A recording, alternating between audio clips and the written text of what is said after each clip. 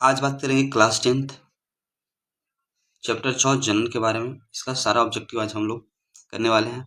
पीछे का जो है सारा फिजिक्स और केमिस्ट्री का हो चुका है, बायोलॉजी का हम करवा रहे हैं।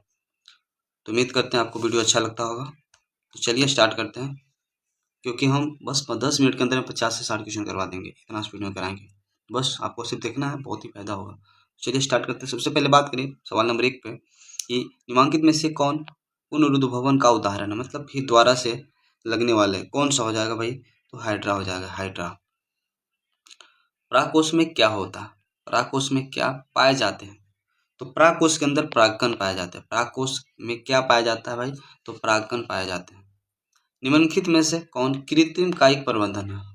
कृत्रिम कायिक प्रबंधन हो जाएगा, कायिक विधि हो जाएगा। तो कौन हो जाएगा भाई?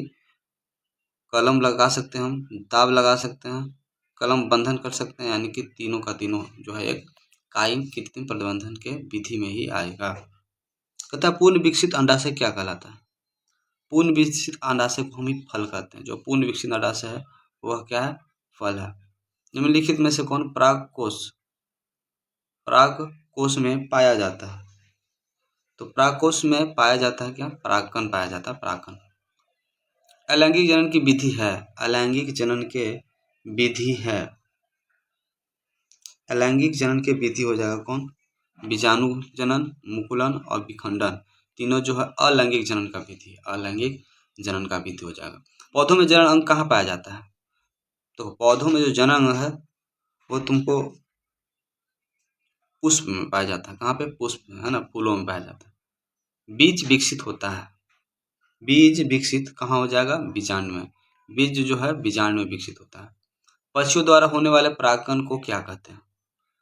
पक्षियों द्वारा होने वाले जो परागन है उसको क्या कहेंगे? उसको बोलते हैं ऑर्निथोफिली, ऑर्निथोफिली। अगर पक्षियों द्वारा परागन हो रहा है उसको क्या बोलेंगे? ऑर्निथोफिली बोलते हैं। कहता है इनमें से कौन अलैंगिक जनन की विधि है? अलैंगिक जनन का विधि, लैंगिक नहीं, अलैंगिक पूछ रहा है, अलैंगिक जनन का विधि हो जाएगा। बीजाणु जनन, मुकुलन, विखंडन, सभी। तो इसमें लगभग सभी, है ना, सभी हो जाएगा। पुंकेसर का अग्रभाग को क्या कहेंगे? पुंकेसर का अग्रभाग को क्या कहेंगे? परागकोश कहते हैं। पुंकेसर के अग्रभाग को क्या कहेंगे? परागकोश कहेंगे। स्त्रीकेसर के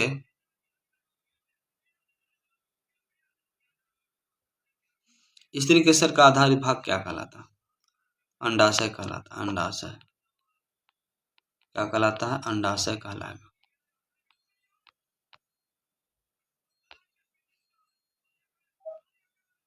पतियों द्वारा कायिक प्रवर्धन का उदाहरण है। पतियों द्वारा कायिक प्रवर्धन का जो उदाहरण है वो है ब्रायोफाइलम, ब्रायोफाइलम है, ब्रायोफाइलम। ईस्ट में अलैंगिक जनन की विधि क्या कहलाता है? ईस्ट में अलैंगिक जनन का विधि क्या कहलाता है? मुकुलन कहलाता है, मुकुलन। हाइड्रा में अलैंगिक जनन का विधि क्या कहलाता है? मुकुलन कहलाएगा। हाइड्रा में अलैंगिक जनन का विधि क्या कहलाता है? मुकुलन कहलाता है। कहता अपखंडन, अपखंडन किस में पाया जाएगा? अपखंडन जो सभी में पाया जाएगा लगभग।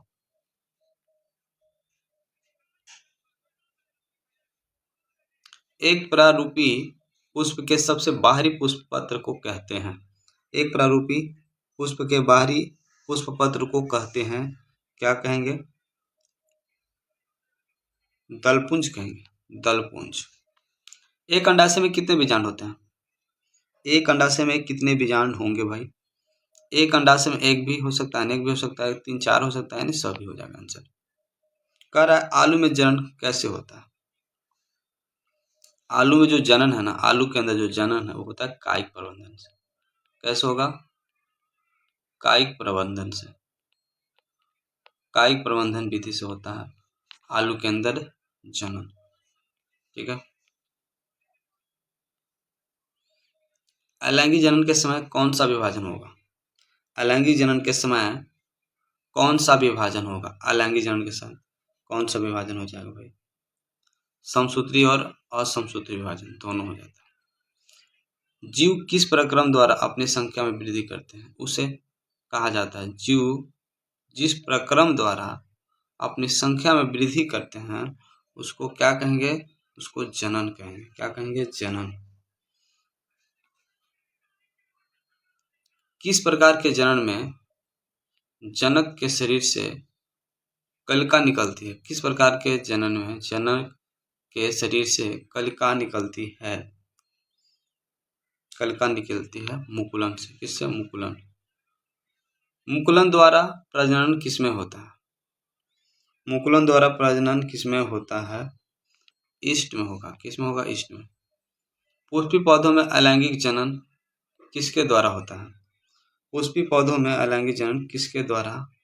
पुष्पी पौधों में लैंगिक जनन किसके द्वारा होता है? लैंगिक जनन किसके द्वारा होगा?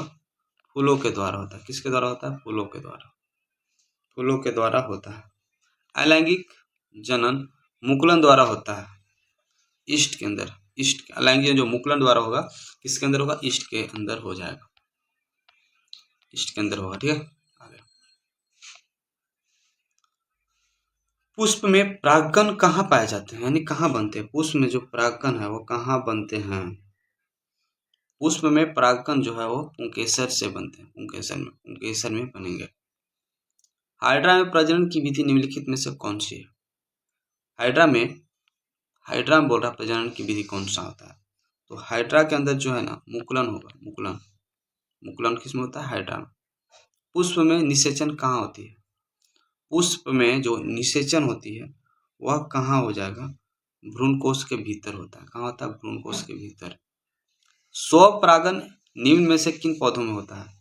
स्वपरागन निम्न में से किन पौधों में होगा? तो उभयलिंगी पौधों में होगा। स्वपरागन किस पौधे में होगा? उभयलिंगी पौधे में। एक सामान्य पुष्प में यह स्थित होता है। एक सामान्य पुष्प में क्या उपस्थित होगा? तो बाह्यदल हो जाएगा, दल, पंखुड़ी, पुंकेसर और स्टिकेसर, यानी कि सभी हो जाएगा। क्या हो जाएगा? सभी। आगे बढ़ते हैं। कहता है किस पौधों को कायिक प्रबंधन द्वारा उगाया जा सकता है? किस पौधे को कायिक प्रबंधन द्वारा उगाया जा सकता है? गुलाब को, गन्ना को, अंगूर को, सभी को उगाया जा सकता है। सभी को। द्विखंडन द्वारा जनन होता है। द्विखंडन द्वारा जनन होता है। अमीबा में होता है और तुम्हारा लेशमानिया के अंदर हो जाएगा, यानी ए और बी दोनों के अंदर हो जाएगा।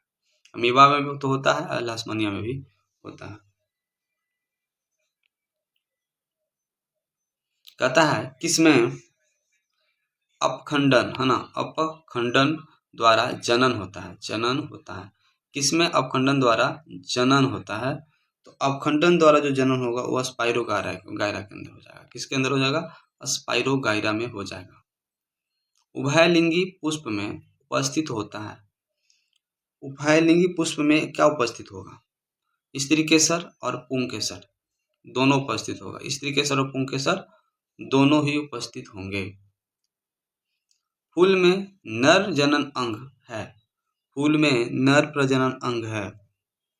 कौन सा है? पुंकेसर हो जाएगा। पुंकेसर है। फूल के अंदर जो नर जनन अंग है वो कौन है? पुंकेसर है। निम्नलिखित में से किसमें द्विखंडन नहीं होगा? द्विखंडन किसमें नहीं होता? तो अमीबा द्विखंडन होता है, पैरामीशियम में भी होता है, यूग्लिना में भी होता है। नहीं होगा बोले तो ईस्ट में क्या होता है? किण्वन होता है। परागकण निम्न में से किसके अंदर बनते हैं? परागकण निम्न में से किसके अंदर बनेंगे? तो परागकोश के अंदर बनेंगे। परागकण निम्न में से किसके अंदर बनेंगे? परागकोश के अंदर बनेंगे। बीजांड की ओर पराग नलिका की वृद्धि के कारण होता है। बीजांड की ओर पराग नलिका की वृद्धि का कारण होता है।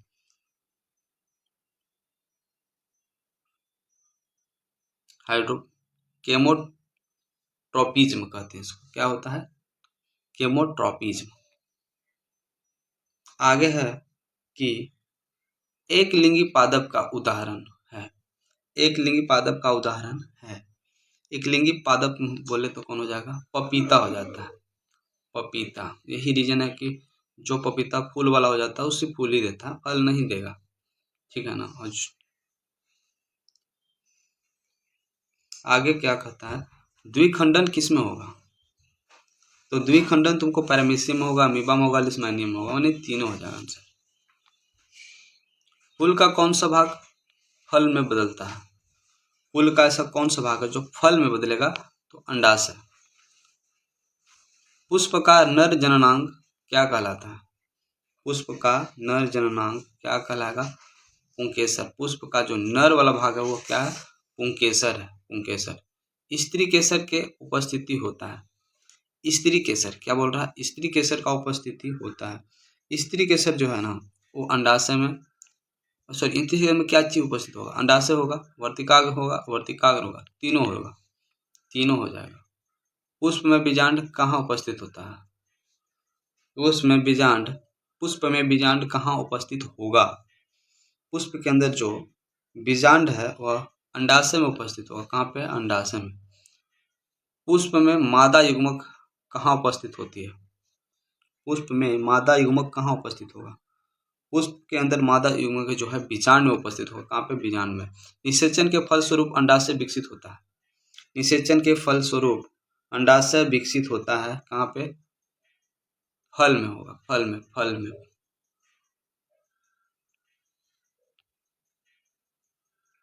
चलिए 50वां नंबर सवाल पे आते हैं। कहता है निषेचन के बाद बीजांड परिवर्तित होता है। निषेचन के बाद जो है बीजांड, किसके बारे में बात कर रहा है? कि बीजांड के बारे में, कि बीजांड कहाँ पे होगा, तो किस में हो जाता है परिवर्तन? बीज में हो जाता है, बीज के अंदर में। प्रथम मासिक धर्म का प्रकट होना कहलाता है। प्रथम मासिक धर्म का प्रकट होना क्या कहलाएगा? मेनार्च कहलाता है, मेनार्च। मानव युग्मक के लिंग गुणसूत्रों की संख्या कितनी होती है? मानव युग्मक के लिंग गुणसूत्रों की संख्या कितनी होती है? 2 होती है। कितनी? 2। मानव में नर जनन अंग कहलाता है। मानव में नर जनन अंग कहलाता है। मानव में नर जनन अंग, नर जनन ग्रंथि क्या कहलाएगा?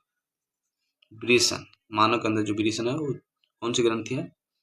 नर जनन ग्रंथि, नर जनन ग्रंथि हो। भ्रूण को विकास होता है। भ्रूण का जो विकास होता है वो गर्भाशय में। कहाँ पे होता है? गर्भाशय में। नर युग्मक एवं मादा युग्मक का संयोजन से क्या बनेगा? नर युग्मक और मादा युग्मक के, नर युग्मक और मादा युग्मक के जो संयोजन है उससे क्या बनेगा? तो उससे बन जाएगा जाइगोट। क्या बनता है? जाइगोट बनता है। शुक्राणु बनता है, वृषण में बनता है। कहाँ पे बनता है शुक्राणु? वृषण के अंदर बन जाता है, वृषण में बनता है शुक्राणु। ठीक है, आगे। ऐसे जीव जिसमें 2 लिंग उपस्थित होते हैं उसको क्या कहेंगे? भाई 2 लिंग उपस्थित मतलब द्विलिंगी। अंडाणु निषेचन होता है। अंडाणु निषेचित होता है। कहाँ पे? अंडाशय के अंदर होता है, अंडाशय के अंदर। किशोरावस्था में होने वाली शारीरिक परिवर्तन के कारण है। किशोरावस्था में होने वाले शारीरिक परिवर्तन का कारण है ए और बी दोनों, यानी कि टेस्टोस्टेरोन और एस्ट्रोजन हो जाएगा। आगे है कि एंड्रोजन है। एंड्रोजन क्या है? एंड्रोजन क्या है? एंड्रोजन एक शुक्रवाहिका है, नर हार्मोन है, नर हार्मोन। एंड्रोजन क्या है? नर हार्मोन है। कौन सा मादा जनन तंत्र का भाग नहीं है? मादा का नहीं, यानी कि नर का है, वह है शुक्रवाहिका। टेस्टोस्टेरोन स्रावित होता है। टेस्टोस्टेरोन स्रावित होता है कहाँ पे? वृषण से होता है। अमीबा में अलैंगिक जनन किस विधि से होता है? विखंडन से होता है। किससे होता है? विखंडन से होगा। निम्न में से कौन उभयलिंगी जंतु है? निम्न में से कौन उभयलिंगी जंतु है? तो उभयलिंगी जंतु तुम्हारा केचुआ है। केचुआ का उदाहरण है, केचुए का उदाहरण है, केचुआ जो उभयलिंगी जीव का उदाहरण है। मानव में गर्भ का अवधि कितनी होती है? 270 दिन का। हाइड्रा में प्रजनन किस विधि से होता है? मुकुलन विधि से, है ना, मुकुलन विधि। बहुत ही आसान सवाल होता है। किस मार्ग का शुक्राणु मूत्र दोनों प्रवाह होता है ना? किस मार्ग से शुक्राणु भी और मूत्र भी दोनों होता है? वो कौन हो जाएगा तुम्हारा? मूत्र मार्ग हो जाएगा, मूत्र मार्ग। आगे है कि अमीबा में जनन होता है। अमीबा में जो जनन होगा वो कोशिका विभाजन से होता है, कोशिका विभाजन से। लैंगिक जनन का मुख्य कोशिका विभाजन होता है, लैंगिक जनन का मुख्य कोशिका विभाजन होता है कहाँ, कैसी, अर्धसूत्री होती है, अर्धसूत्री। कहता है किशोरावस्था में होने वाले परिवर्तन को क्या कहेंगे, प्यूबर्टी कहते हैं। क्या बोलते हैं, प्यूबर्टी, प्यूबर्टी कहेंगे इसको, प्यूबर्टी क्या कहते हैं, प्यूबर्टी कहते हैं। वृषण कोश का तापमान शरीर के समान तापमान से कितना होता है, लगभग 2 डिग्री सेल्सियस कम होगा। अंडाणु एवं शुक्राणु का गुणसूत्र की संख्या मादा कोशिका की तुलना में आधी हो जाती है। अंडाणु एवं शुक्राणु का गुणसूत्र की संख्या जो है मादा कोशिका की तुलना में क्या हो जाएगी, आधी हो जाएगी। लिंग गुणसूत्र का पूर्ण जोड़ा पाया जाता है, लिंग गुणसूत्र का जो पूर्ण जोड़ा है वो स्त्री में पाया जाता है, स्त्री में। लैंगिक जनन संचारित रोग है, लैंगिक जनन संचारित रोग है एड्स, एड्स जो है लैंगिक जनन संचारित रोग है। यौन परिपक्वता के अवधि को कहेंगे, यौन परिपक्वता के अवधि को कहते हैं, क्या कहेंगे उसको, हम बोलते हैं यौनावरंभ। क्या बोलेंगे, यौनावरंभ कहेंगे। डेंगू उत्पन्न करने वाला मच्छर किस तरह के जल में रहेगा भाई, साफ जल में रहता है, यानी पानी भैया आसपास ना रखे तो ही बेहतर है। निम्नलिखित में से कौन लैंगिक जनन का संचारी रोग नहीं है, नहीं बोल रहा है, एड्स तो है, एड्स हो जाएगा तुम्हारा, टाइफाइड नहीं हो जाएगा, लैंगिक जनन से टाइफाइड नहीं होता। गर्भपात के सुरक्षित अवधि कितनी है, 3 माह के भीतर। नर में बंध्याकरण को क्या कहते हैं, अगर नर जो है वो अगर नसबंदी कराया, मैंने बंध्याकरण कराया, उसको क्या बोलेंगे, उसको बोलते हैं वैसेक्टोमी कहते हैं। क्या कहते हैं, वैसेक्टोमी कहेंगे। असुरक्षित संभोग के बाद अंडाणु निषेचन को रोका जा सकता है, किसके द्वारा रोक सकते हैं, तो इसको अनवांटेड सोवेंटी टिश्यू के द्वारा। कौन परिवार का नियोजन का साधनों में प्रयुक्त एक प्रभावी उपाय है, निम्नलिखित में से कौन परिवार के नियोजन साधनों में प्रयुक्त एक प्रभावी उपाय है। कॉन्डोम भी है, डायफ्राम है, कॉपर ट्यूब है, यानी सभी। निम्न में से जनन संचारित रोग अंतर्गत आता है, जनन संचारित रोग के अंतर्गत तुमको सिफिलिस, एड्स, गोनोरिया यानी तीनों आ जाएगा। निम्न में से कौन परिवार का नियोजन को प्राकृतिक विधि है, कौन हो जाएगा, संयम हो जाएगा, मैथुन हो जाएगा और मैथुन इन तीनों हो जाएगा आंसर।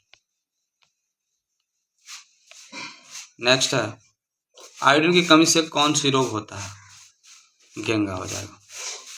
कौन सा जीवाणु जनित रोग नहीं है, जीवाणु जो रोग अगर बोलेगा तो मसा नहीं हो जाएगा। निम्नलिखित में से कौन मलेरिया परजीवी हो जाएगा, ये हो जाएगा तुम्हारा प्रोटोजोआ। आज का वीडियो यहीं पे समाप्त करते हैं, मिलते हैं अगला चैप्टर आनुवंशिकता एवं जैव विकास में, तब तक के लिए जय हिंद।